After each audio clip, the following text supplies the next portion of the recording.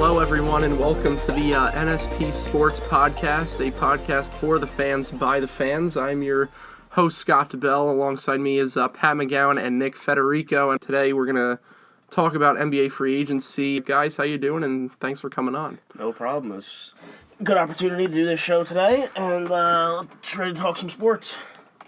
Yeah, what he said. I'm ready to go. All right, so we're all from the New York, New Jersey area, so we're going to open up with the local teams here. We'll start out with my Brooklyn Nets. Really great team. Promising from Kenny Atkinson and Sean Marks, though, going out and getting D'Angelo Russell and Timothy Mozgov.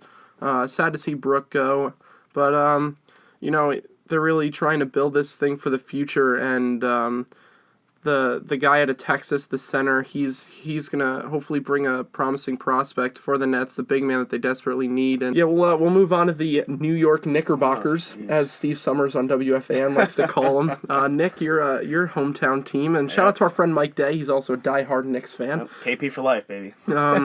Yeah, what do you think about the firing of Phil Jackson? What are your thoughts? My thoughts on Phil Jackson was that I didn't really like the signing when he first got here in 2014. I wasn't really about it. He was I do like his pedigree. He was 11-time NBA champion. But that was also with like Michael Jordan and Shaq and Kobe. Also true. The pedigree has to do a lot with maybe he could have done something that was that could have built this team toward the future. And I do give him a lot of credit. He did draft Kristaps Porzingis, which did pay off in the long run, even though it was at the time was very underlooked, and New York fans didn't really enjoy the pick. But now we're grateful that we have him. But he was just way too obsessed with the triangle offense. It's trying to build an offense that doesn't work in today's game. It worked with, as you said, it worked with Jordan and Kobe and Shaq in the 90s and over there, but it was just doomed to fail from day one, I believe. And now that he's gone, I feel like the Knicks are are really building toward the future, and hopefully, for my sake, can contend in a couple years. What do you think about the draft pick of Frank Ntilikina from France? Ntilikina, I'm very optimistic about him. He was perfect for the triangle offense. Now the triangle's gone. That is true. And Phil Jackson did have a history of going after bigger point guards that can play defense for his triangle offense, obviously. But I feel like we don't know a lot about him. I don't know a lot about him. But it was the same deal with Porzingis. Nobody knew a lot about him, but I feel like with the right coaching and just being put in the right position, I feel like he can succeed, but it could be very easy for him to fail as well. But I hope the best for him, and I hope that they could be a big tandem in the future as well. All right. What about Carmelo Anthony? Oh, Carmelo true. Anthony Good. To Melo. waive his no trade clause. Good point. What do you think of Melo? Do you think he's going to go? Apparently, the only two teams, apparently to Mr. Wojbaum over at ESPN, he's only going to go to the Rockets or the Cavs if they get traded. If they trade him. If you're a Knicks fan, who do you want from either the Cavs or the Rockets? That's like a realistic trade. Well, because obviously draft picks aren't going to really help you with the kind of team that they're building over there. Yeah, that's true. I do feel that it is Melo's time to go. I do feel that it's time for a youth movement, and it's time for Porzingis to take over the team. I feel like a realistic trade is to Houston I think the Knicks could really get Trevor Ariza. I think is a solid idea for Carmelo. Just player for player. If the Knicks get picks, then that's great. But picks always do help, but they're not going to be like those high round picks where you get a star. Yeah, I think Trevor Ariza. He's a younger player than Melo. He's obviously not the scorer that Melo is, but I feel like he could be an asset for this team going forward. And in the meantime, Melo can go to a contender and play with James Harden and now Chris Paul to go compete for a ring and maybe beat up on Pat's Golden State Warriors over there. All right, now that we touched on Melo, we will go over to the defending NBA champion, the Golden State Warriors over here. Pat is a Golden State Warriors fan. Pat, how do you feel about them bringing back Sean Livingston and Andre Iguodala? I feel like Iguodala plays like a bigger role than a lot of people like give him credit for, because over there you have a bunch of scorers and you don't have a lot of defenders. With Sean Livingston too, like he's a pretty good defender as well. So bringing back two like big defenders, how do you feel about their signings? I obviously love it. I didn't think we'd get both of them. I thought maybe one of them. I saw Livingston coming back. I didn't see. Yeah, Iggy I thought coming Iggy back. was gonna leave. But obviously that changed yesterday. They gave him a good deal. A few million more. I think it's worth it. Keep the dynasty together for a little bit. Well, not yet a dynasty. Keep the team that won there. Pat, you think Steph Curry deserves that supermax deal there? Absolutely. Yeah. He's never had a big payday like that before. That's true. Injuries keep him around a low paycheck, so this is his first big one. I think he's deserving. 2-time MVP, 2-time Finals champion. What about KD? The sources coming out, I think it was last week or so, that KD was going to wait until the Warriors were doing all that. I think he's going to sign soon now. Yeah, taking care of all their business. What do you think about that? Him just waiting. Because no one's going to leave that team. I like it because he gave the Warriors a little bit of flexibility to get everyone back. Because I think his ultimate goal is winning. Money at this point to him is, obviously he's not going to take a ton less, but he'll take a little bit less to keep the team together. Do you think that they should bring back Zaza Pachulia, or do you think they should go after another free agent center or even re-sign JaVale McGee, have him play? I think Zaza was just a big body to take a lot of the hits. I don't think he was that vital to what we had. I always liked JaVale McGee more. I wouldn't mind seeing him come back. Otherwise, I don't really need Zaza back. If he comes back, that's great. If not, we'll find another big body. All right, so now that we kind of covered our teams here, we're gonna move on to the broader picture of the NBA. Talk about I have a list here from SB Nation about the top 50 NBA free agents. So we're just gonna go through some of the big names and evaluate some of the contracts and maybe where some of these players might go. But you mentioned Steph Curry, 5 years, $201 million, the supermax deal that the new CBA allowed. Chris Paul, this is a big thing because a lot of people didn't know where he was going to go, and I didn't expect to sign and trade, but props to Chris Paul for wanting the Clippers to get a little bit back for him. And the Clippers got 6 or 7 players back. Yes, they're not the greatest players, but they got Lou Williams and Did they get Ryan Patrick Anderson in that deal too, or is he? Ryan Anderson's still in Houston.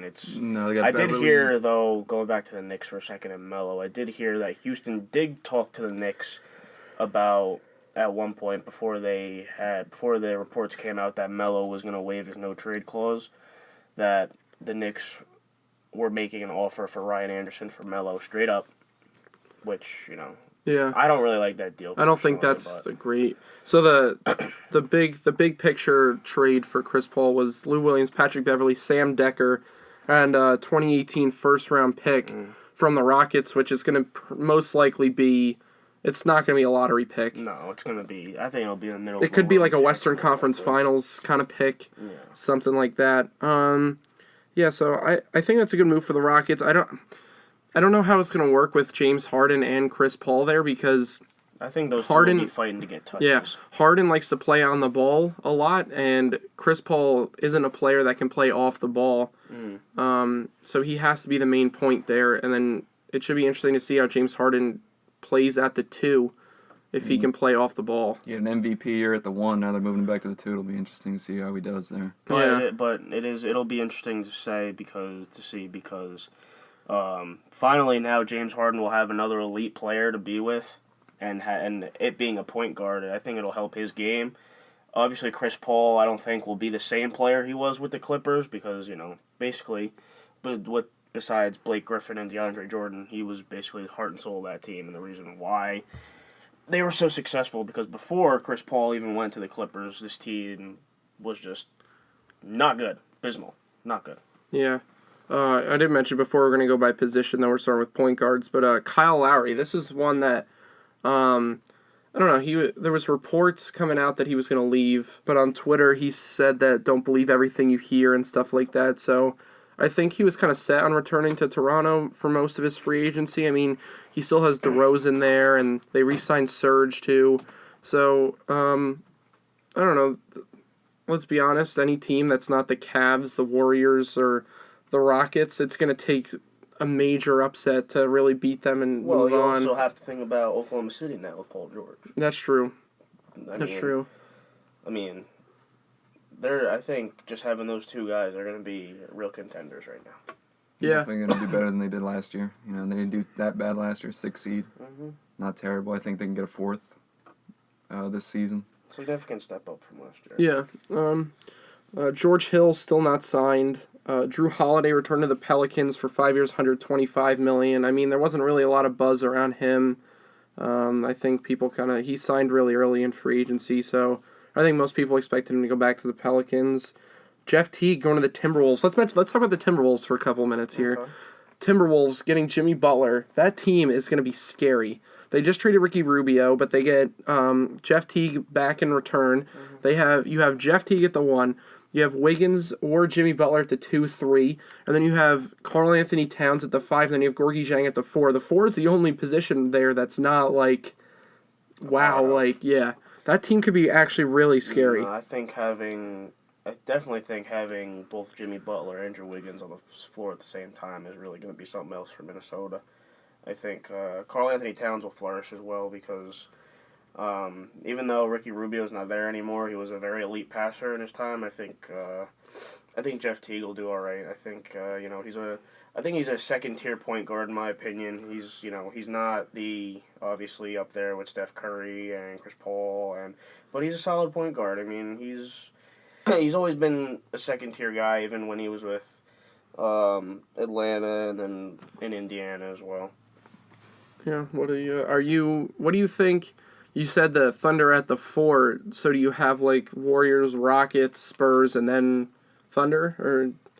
I would have the Warriors, Spurs, and Rockets top 3. Yeah. I have Warriors at the 1. Spurs and Rockets, in my opinion, can go either way. Whatever happened to? Remember those talks that were going on? Remember San Antonio? At one point, they were shopping LaMarcus Aldridge. Whatever happened with that? I don't know. That kind of went kind of quiet. I think that they didn't really find what they wanted out of what they evaluate him as. And I don't think LaMarcus Aldridge is as good as he was in Portland. I don't know. He's still very good. He's definitely like a top 10 power forward in the league, I think. But I don't know. I don't think he's as good as what he was in Portland. I have to agree on that. We kind of saw it in the Western Conference Finals, too. Like, JaVale McGee and Zaza kind of bodied him at some points. San Antonio, too, is also a team that's very loaded with veterans. And yeah. They're not going to be good forever. Tony Parker's not going to be there forever. They do have an upside, though, in Kawhi Leonard. He's going to be good for a long time. I don't see him going anywhere else but staying in San Antonio, in my opinion. I don't think he's that kind of player to join a super team or whatnot. But, go ahead, go back to free agency there you were talking about. Sorry for getting off track. Patty Mills, he's re-signing with the Spurs. Mm-hmm. Now, Derrick Rose, we'll mention him, the Knicks fan sitting next to me. Good old D-Rose. He's meeting with the Bucks today, I believe. Okay. And then he's going to meet with the Timberwolves, too, which I don't know why they would need him, considering they just have Jeff Teague, too. He'd be a very good sixth man, but, I feel like D Rose wants to be in the starting 5. I feel like he has that kind of attitude to him and that kind of swagger, if you want to put it that way. I'll tell you this much. Derrick Rose, he was decent for a year. He was in New York. He was decent. He was probably maybe an upside, if you could say. The Knicks won 30-something games this year. I don't really want to reflect on that, but personally though, I think the Knicks need to move on from Derrick Rose, let him go. I do think, I just thought about this right now. I do think, you just mentioned that he would go to meet with the Bucks. I think that he could actually do something good there because of the head coach that's there, Jason Kidd. I think, Jason Kidd being the point guard that he was back in his day, I think he could help out Derrick Rose's game and, try and help him stay healthy. And, I think he could do good things with the Bucks. Yeah, if he were to go there. I agree. I mean, Jason Kidd is I feel like he's a very players-oriented coach just because he's not that old and he knows what it's like to play in the NBA and play at an elite level for so long. We mentioned kind of Sean Livingston. He stayed in Golden State 3 years, $24 million. That's like a very like team friendly deal, especially now in the NBA. No surprise there either. Yeah, it's not really a surprise. I expected he's not that kind of guy to get up and leave. I feel like what he's been through in his career, and Pat could probably agree with me here, is like he went through that horrific knee injury early in his career. Then he spent some time on the Nets and losing culture there. So like he finally found a winning culture, and he plays a really good role there. So I feel like that was kind of expected for him to re-sign. Yeah, a huge part of the team. Losing him would be pretty bad. So I think he knew that. I think he knew his value here and just didn't want to play anywhere else. Yeah. But don't get me wrong either. I think Sean Livingston's a talented player. I think he could have went somewhere else as well and played well. Maybe be a starting point guard in the league. Yeah, but I don't know. But he's good where he is in Golden State. I expected him to stay in Golden State. All right, so next, shooting guards. We'll talk about J.J. Redick here, who just signed a 1-year, $23 million deal with the 76ers. He's really trusted in the process. The 76ers, Fultz and Embiid and Okafor and that other guy, I forget his name. What's the Saric? him? And then there's another guy too, isn't there? I don't know, but they have a lot of like really young talent that they could really build around. And JJ Redick is a seasoned veteran at this point, and he's a very like team guy. I think he brings a real weapon there. I think JJ is quality shooter. Obviously, me and Sky are Duke basketball fans. Yeah, I really wish he came to Brooklyn. Go I thought there was going to be a real like good chance for him to come to Brooklyn because he has like an apartment in Brooklyn or something like that. So I thought that Brooklyn, the Nets really could have used a seasoned veteran like him too, with all the young talent. Yeah, you'd have Jeremy Lin and D'Angelo Russell probably as your starting backcourt, but I think JJ really could have brought a real spark off the bench with his 3-point shooting, and maybe he didn't want to play off the bench because he in Philly he'll probably start at the 2, I would assume. I would think he would start. The Nets do have upside, though. They do have a bright future. Sean Kilpatrick is a good player, especially now. D'Angelo Russell's there. I think he's going to revive his career there. I think he had too much pressure on him in Los Angeles, so now I think he can have a chance to be a superstar in this league still. Yeah, I hope you're right. But we'll move on to the next guy here, which is Dion Waiters. I haven't really heard much about him, but I think that maybe he's kind of waiting to see what the Gordon Hayward sweepstakes is going on, because if the Heat get Gordon Hayward, then maybe he'll take a little bit of a pay cut to stay there. And so I think that he'll re-sign in Miami. I haven't really heard anything otherwise to that report, but Kentavious Caldwell-Pope, he's another like really bright. He's a solid shooting guard. Yeah, in Detroit, he's a restricted free agent. So any team that kind of puts in a offer sheet for him, I think the Pistons said that they're gonna pretty much match anything to get him back. So I think Detroit would be silly not to. I think he's a bright side there as well. Yeah, Jonathan Simmons, I think he'll stay in San Antonio. I feel like any player like that, a young player, really can thrive under Popovich, and I think San Antonio, he's restricted too. He's a good story as well. Yeah. Coming out of nowhere. Really, yeah. Coming into the league and playing like he did. I think he'll stay in San Antonio though as well too. One more shooting guard we'll talk about is Kyle Korver, 3 years, $22 million. I thought this was a really team friendly contract. I feel like that was kind of a steal, if you want to put it that way, because Korver, he didn't have a great playoffs, but I mean the Cavs shooting wise, except the one game, didn't really have a great shooting playoffs, so especially the finals. So, so I think that bringing him back on a contract like that is a good signing for the Cavs, and really like the Warriors, they got to keep whoever they can because they don't have much cap room between the 3 superstars to really bring in anyone. Cavs have the highest tax in the league right now, I believe, right? Highest salary cap in the league. It's around there, I think. Because the Warriors, the Warriors like superstars are all still on like their previous like salaries, other than Steph. I think Clay's coming up next year. Yep. Draymond, I don't think Draymond's the following. He'll never. I don't think he'll ever leave Golden State. I think Draymond's one of those guys who'll do what Durant's doing, work with what he's got to do, and keep the team together. Yeah. All right, we'll move on to the small forwards here. This is where it gets kind of interesting here. Gordon Hayward, we mentioned him before. Big ticket. Yeah, Boston's in for him. Miami. There's reports saying that it looks like it's likely that he might return to Utah because they signed his friend Joe Ingles back, 4 years, $52 million, and that was a big thing I think for him because from what I hear they have a really good relationship there, and I think that was a big first step for the Jazz to bring him back.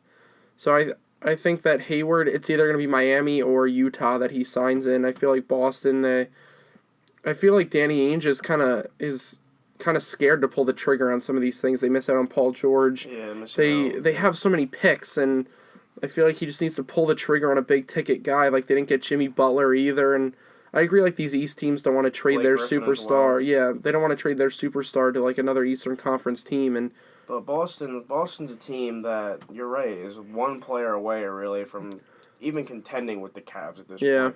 We saw last year in the Eastern Conference Finals that they didn't stand a chance, especially once Isaiah went down. I mean, they won a game when he went down. They won without him. That's true.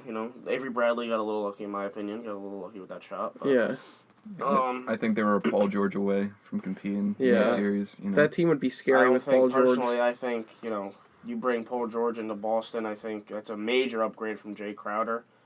And, in my opinion, I don't think Jay Crowder's the guy to get it done there in Boston anyway. Yeah. I mean, he would have just been a rental, but I mean, even if it's just 1 year of competing with the Cavs to get to the finals. It's almost guaranteed that he's going to Los Angeles next year.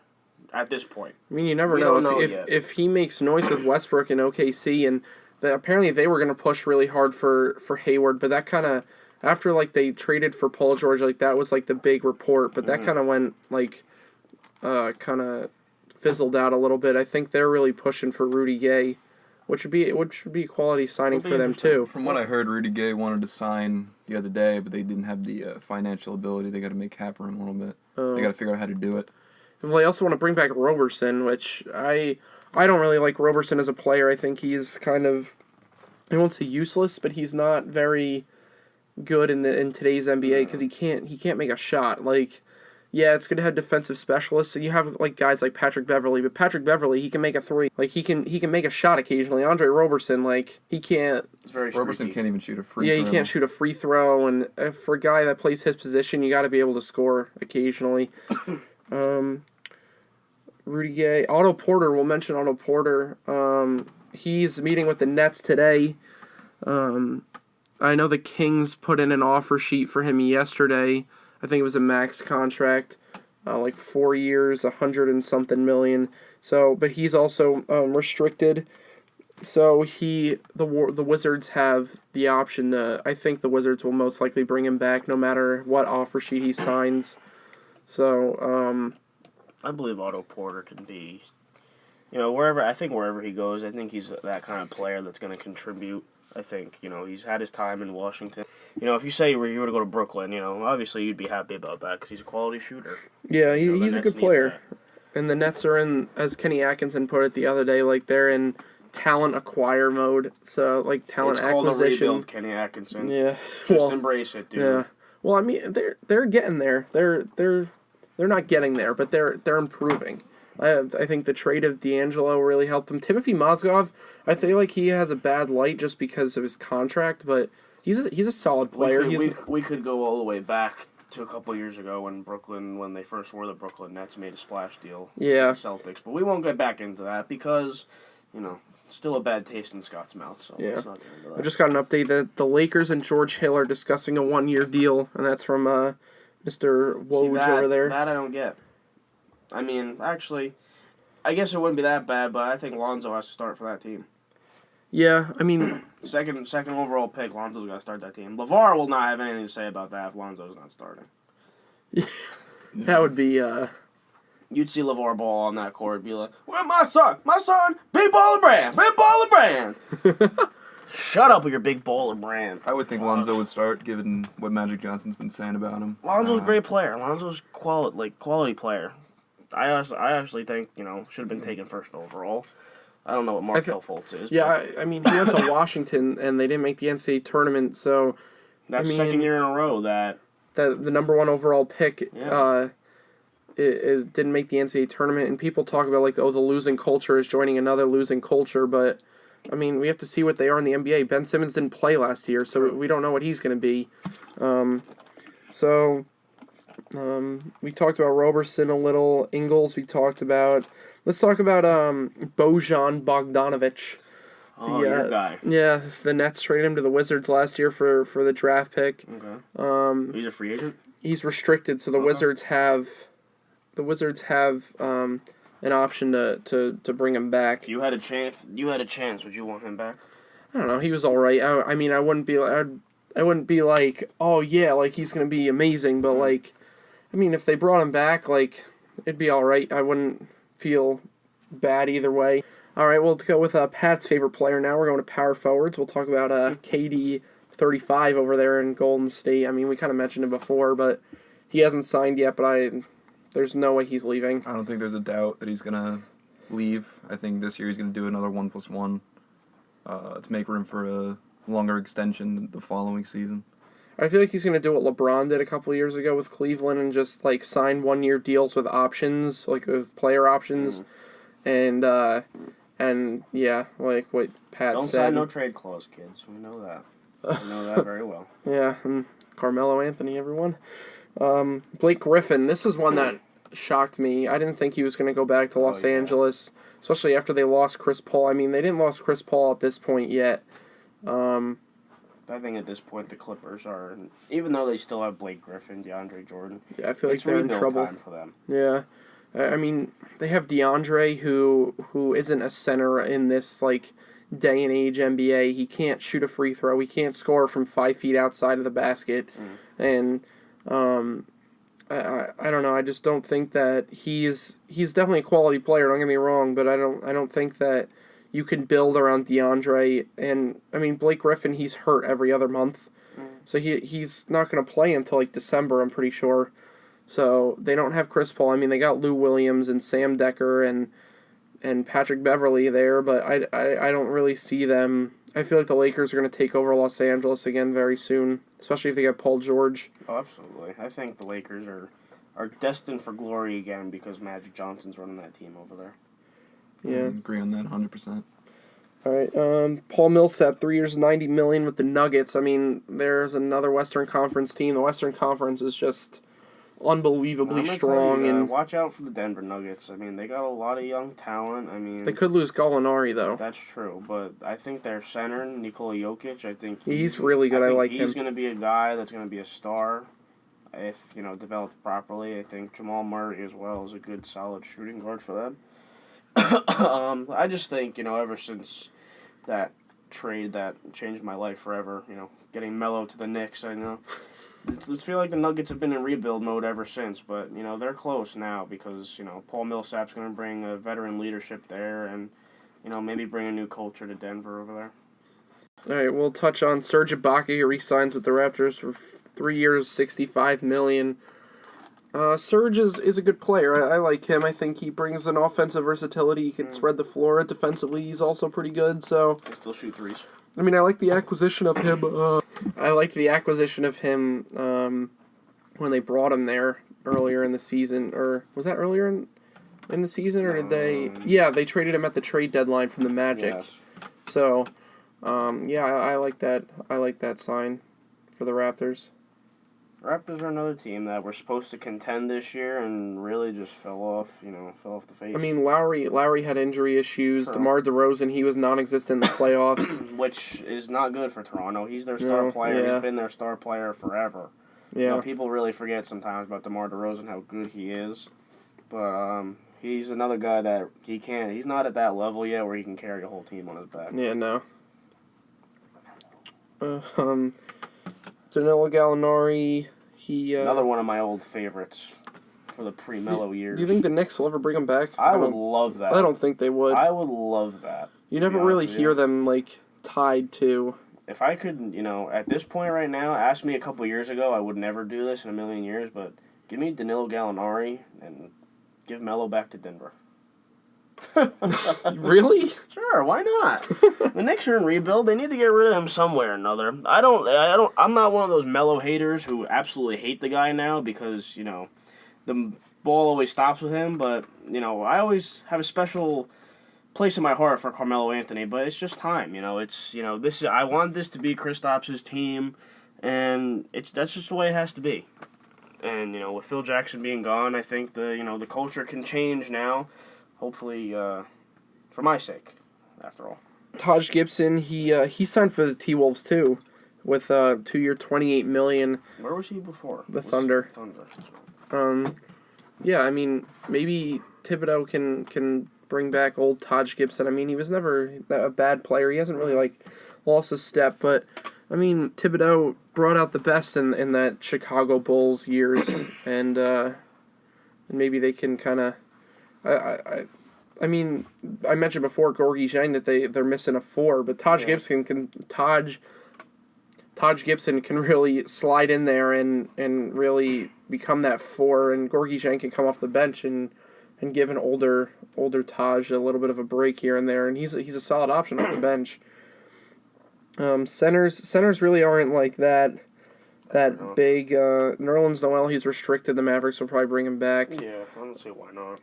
Pau Gasol, he's gonna re-sign with the Spurs because he opted out, but that's just so he could take a more organization-friendly Think the contract. Gasol brothers will ever play together again? Probably not. No? I don't think so. Marc Gasol's pretty comfortable where he is, I'd say. Yeah.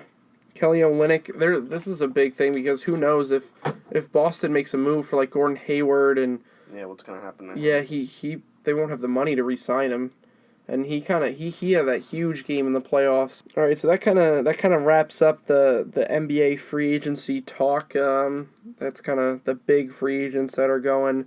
I mean, teams like obviously the Rockets have benefited from this free agency Hugely. We haven't really talked about the Paul George trade all that much, so we'll talk about that for a little while. Yeah. OKC trades Oladipo and who else? Sabonis.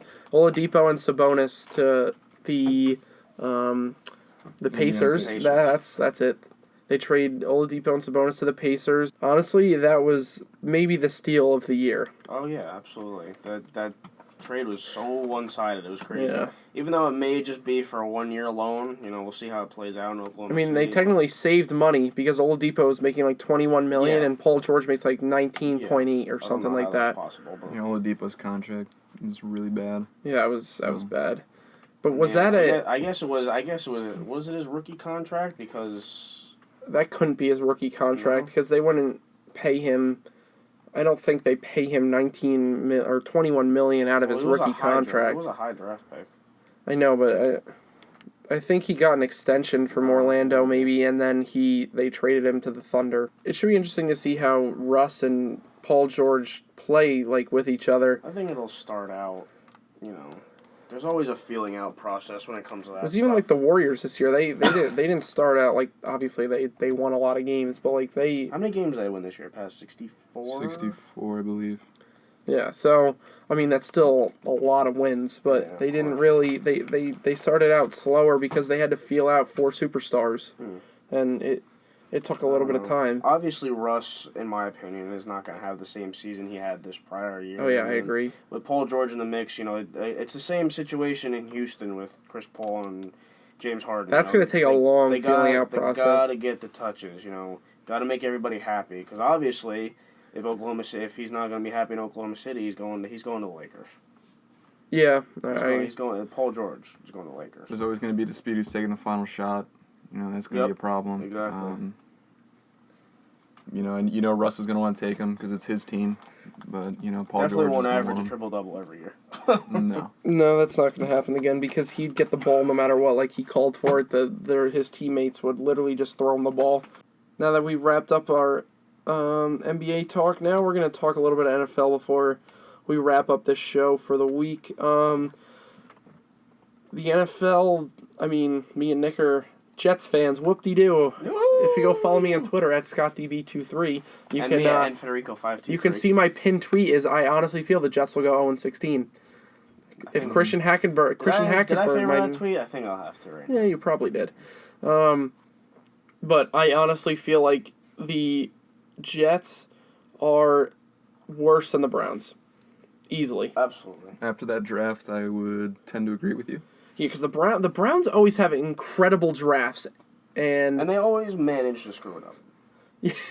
this one I don't know if they'll screw up though. Yeah, they like had Miles Garrett, he's going to be really good coming off the edge there, and I don't know. I just think the Browns put themselves in quality places every year in the draft. I've said this from the beginning. In my opinion, I thought Jabril Peppers was a top 10 pick. He didn't go to like the third round. I know. That was unbelievable. Or the second round, maybe? No, I don't think he went in the second round, right? He was a first round pick. Oh, maybe he had They been had a 3 picks first-round in the pick. first round, remember? Oh, so he was like the late third round. Yeah. He was the third one, right? Yeah. But in my opinion, I thought Jabril Peppers, he was just an animal. He was an animal all over the field. He could play multiple positions. Yeah. And I thought he was a quality top 10 pick. Why he wasn't picked in the top 10, I don't know. But People said that he was too small. I don't agree with that. I mean, watch Michigan tape. He was hits hard. everywhere. He hits hard, that Yeah, guy. he does. And of course, he's a native New Jersey guy, so we got to support him either way. Yeah. But going back to the Jets, I'm pumped for Jamal Adams. oh, absolutely. People said there's Steal of the reports. draft. There's reports there that he's like his teammates are literally like, "Wow, this guy's gonna be freaking amazing." Steal of the draft, in my opinion. The Jets were in a great position. It seems like I think they should have the number 6 pick every year because what they do with that pick, it always ends up good. Besides next year, suck for Sam. # suck for Sam. But What is it, Sam? Sam Darnold. Yeah, that's it from USC, Sam, right? the quarterback class this year, I could go on and on talking about the NFL draft. We'll have to do that, whenever. This time next year. But, yes, I am excited for Jamal Adams. Marcus May as well. I think he could do something. See, I didn't agree at the time for the double safety pick. No, I didn't. And then they either. traded Calvin Pryor to the Browns, which I liked Calvin Pryor. He wasn't great, but I don't know, I liked him. He hit hard. He made some plays occasionally. More than not, he got beat. I But think the Jets needed him to be more of a. They needed him to be more of a cover safety. He wasn't comfortable. I think where he was. I think he just needed to be a big hit safety where he was in Louisville. But I don't think the Jets put him in a great position to succeed. But that's not. I guess he didn't really fit Todd Bowles' defense. But seems like a lot of people don't fit Todd Bowles' defense. Good luck. Good luck to Calvin Pryor. He was definitely. Let's talk about Demario Davis for a second. I personally don't rate him. I think he's not that great of a linebacker, considering his last year at the Jets consistently got beat downfield in coverage. Yeah. He can't, in my opinion, cover a running back out of the backfield. The thing now that David Harris is gone. Yeah, I didn't like that either. I didn't either. And the fact that we let go of Eric Decker pissed me off too. Yeah, that too. But I think Darren Lee is a guy you got to watch out for going into his second year. I think he was promising last year. But the thing that really disappointed me was that when he was drafted, he said he was brought here to cover Rob Gronkowski. Yeah. And what happened? He can't cover anybody. Yeah. At this point, he can't cover anybody. Obviously, he needs work. But I think bringing in a guy like Jamal Adams can, really suit up the back end for the Jets because they were terrible last year in the secondary. Yeah. Revis was not the same. Buster Screen had a down year, and it was, and they just need to get. It's a rebuild year. We know that, and we're going into this year very optimistic. We want them to win. Obviously, we want them to win, but I don't believe in tanking. But you just gotta play it out and yeah. But if a good quarterback's there, if you're picking in the draft next year, to say that we're playing for next year in the draft, I wouldn't say that. I mean, you got to give Christian Hackenberg a chance, in my opinion. they have to play him. I mean, if you're gonna let go of Eric Decker and say, oh, we're gonna let the young kids play and gain experience, then there's absolutely no reason that Josh McCown should be behind center week 1. Absolutely no reason. Yeah, I agree. I think, the team's going under a youth movement. I understand the signing from a coaching perspective. I do too. And the because from But if they play him, then I completely disagree with it. Exactly. But what we've heard is that Josh McCown, of course, he's bounced around teams here and there, and he's tutored quarterbacks. Have they ended up well? Not really. I mean, take when he was in Cleveland, for an example. He was under Johnny Manziel when Johnny Manziel was there. Look where he is now. Yeah. But I'm not saying that's the situation. I think all the reports that I think the media really blows it up when they're talking about Hackenberg throwing it at reporters and he's very inaccurate. He can't hit the ocean, as they used to say. I think they really just blow that up. I think he can do it. From what I've seen from, the preseason games last year, and of course his college career at Penn State, but, you got to give the kid a chance. It's as we said, it's rebuild time. I don't see a reason why he shouldn't play. Him or Bryce Petty, in my opinion. I think Bryce Petty's now the odd man out in this competition, even though he played last year, gained experience. Unfortunately, he's the odd man out in this situation. Yeah. All right, we touched on the Jets there for a little while. We'll talk about... we'll let Pat talk here for a little while. He's been a little quiet over there, but we'll talk about the Seattle Seahawks over there. What are your expectations going into this season? Super Bowl? Obviously, I expect a Super Bowl. Will they get there? I don't know. A lot of competition, Falcons, all them again. I don't know. I'm expecting a lot of Malik McDowell. I really wanted Kevin King, and we had the chance to take him. We moved down in the draft. Wasn't he the first pick in the second round? Yeah, the Packers got him. We were the very next pick. The Packers got him. I do think we needed some O-line help, maybe DeForest Lamp after Kevin King was gone. I think the rookie I'm most excited for has got to be Shaquille Griffin. I think he's got a tremendous upside. I think with Sherman's mentorship, I think he's going to be something special. As far as Super Bowl goals, I don't know. That's obviously the goal for every team, but it'd be nice to see. Will it happen? Yet to be seen. We need some help in the O-line. If Russell Wilson doesn't get time, there's not much he can do. Yeah, especially because he's known for his scrambling out of the pocket and stuff, but still if he doesn't have the time to even look downfield, scramble a little and then decide to run or throw, he's not an effective quarterback most of the times. He needs time out there, and we just can never give it to him. That O-line just never holds up. What do you think about Eddie Lacy? Do you like that signing? Do you think I liked it. I like the signing. I think he slimmed down quite a bit. He's got those incentives on his contract to lose weight. Every 5 pounds he loses, he gains $50,000 or something. Somebody else has that, don't they? Another running back has that, I think. I don't know. I've definitely heard of it before. Yeah, I've heard of it. I've heard of it, but I don't know who has it in their contract. Let me check my league sources. Yeah. Eddie Lacy really slimmed down. I think he's gonna be really good for us. I mean, also if they don't have the O-line, then it all kind of. But they can't really upgrade at this point. Everyone that they could have signed is kind of off the market, and they just have to hope that they develop an O-line somewhat this year. I think the only move we made on O-line was Luke Jokel, I think his name is. He was he was the number 1 overall pick a couple of years ago, wasn't he? Of the Jaguars? Jaguars, yeah. And I was thinking of Eric Fisher in Kansas City years ago. No. That's what I was thinking. But, I don't know. I mean, the NFC West out there, what do you expect from the Cardinals? Do you think the Cardinals are going to be anything spectacular? I don't personally think so. I think Carson Palmer's at the end of his road. Yeah, I mean, they were terrible. They were disappointing last year, yeah. Yeah. Who else in the NFC West? We got Seahawks. The Rams. The new coach. Kyle Shanahan. Or no, he's in San Francisco. Sean McVay, I think his name is.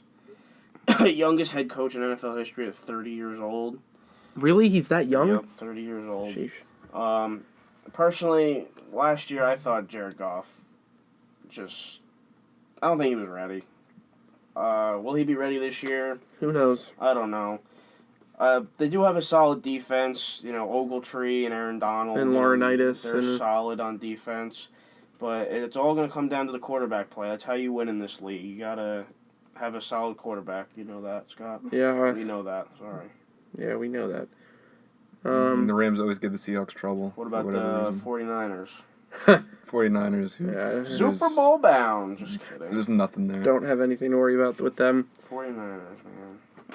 I don't know. I think that the Seahawks... I think Solomon Thomas is a good pick, though. Yeah. That's a bright spot for them. Yeah, they don't have many. Who was the quarterback they just signed? Brian Hoyer. Yeah. It looks like Kirk Cousins might be interested to go to San Francisco because of Kyle Shanahan, and he was the one that drafted him in Washington. So I think although, San Francisco's not going to be that good this year, they had a great draft. Great draft. I mean, John Lynch and Yeah, I Shanahan made agree. moves. I like their draft. They drafted real I think well. John Lynch could be real promising for them. I think they made the Chicago Bears look silly. True. Yeah. Picking, they could have easily picked their guy at 2, but ended up getting an extra pick, and Chicago wanted to take Mitchell Trubisky, which I still do not understand. Yeah, at I this think that's an point. awful The pick. draft was quite a couple months ago. Still don't understand it. You Yeah. pay Mike Glennon that kind of money, and then you turn around and sign a quarterback. Yep. It doesn't make any sense. And he wasn't happy about that either. Yeah, I wouldn't be happy about that either because they're going to want to develop the young kid that they pretty much gave away their entire future for. Not their entire future, but they gave away a lot of their future for. They're going to want to develop him and hope that he kind of turns into something. Let's talk about who we think's gonna break out this year. Who do you think is a team that's gonna really surprise some people this year? I mean, I personally said the Raiders last year were going to be really good, and it turned out that they were pretty good. I mean, the Derek Carr injury really hurt them, and that kind of hurt their chances in the playoffs. Personally, I think the Tennessee Titans could be really good this year. Marcus Mariota. Yeah, and my boy Eric Decker. Great. I think that the Titans could be pretty decent this year. I mean, the Raiders are serious contenders, in my opinion. I agree. You have to go through the Patriots. I got a real dark horse here. I say this team is going to be good every year.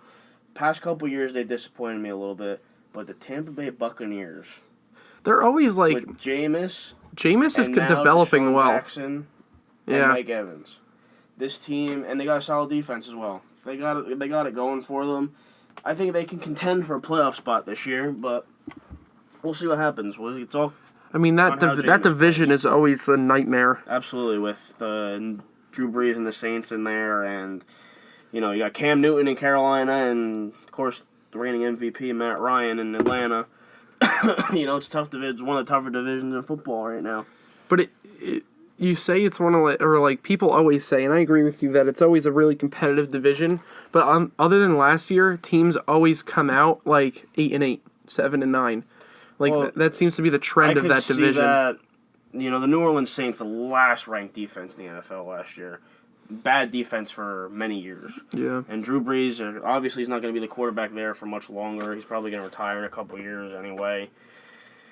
But, I mean, I think Tampa Bay Bucks are on the rise there. As the Saints kind of go down, I think the Bucks are going up. Yeah. Starting to take their spot there. I guess we should address the, that team up north.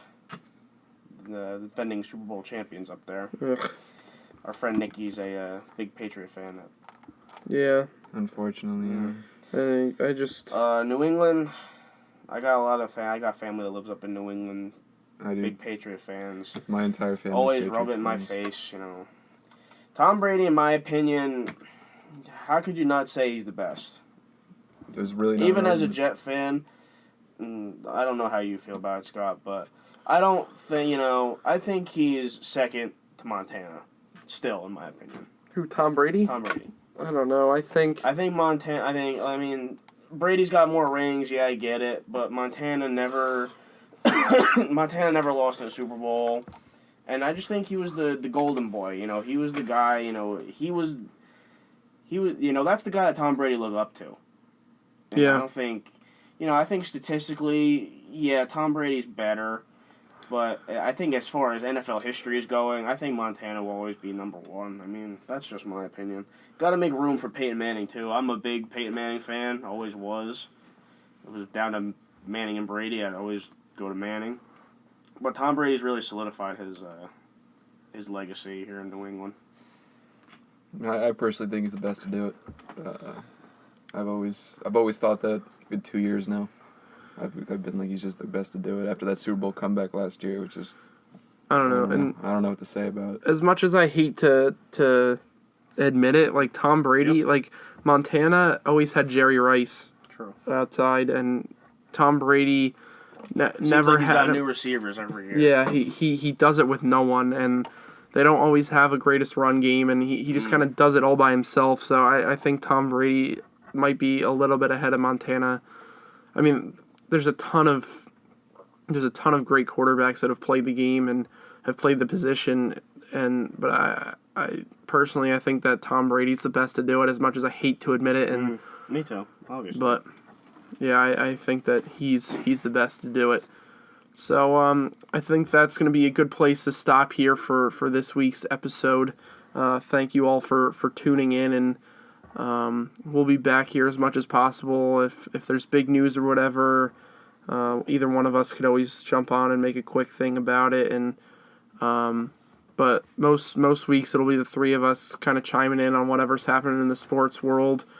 Maybe next week we can throw in a little bit of hockey and baseball to talk about, especially with the All-Star break coming up for baseball. So exciting time for sports, free agency, baseball's in full swing. So NFL training camp. Training camp starting up in August. College football's coming back in August. Maybe we'll do a live feed from Jets camp when we go. That'd be sick. But thank you all for tuning in here, and we'll talk to you guys again next week. Thank you all for listening, and have a great day and have a great rest of the week.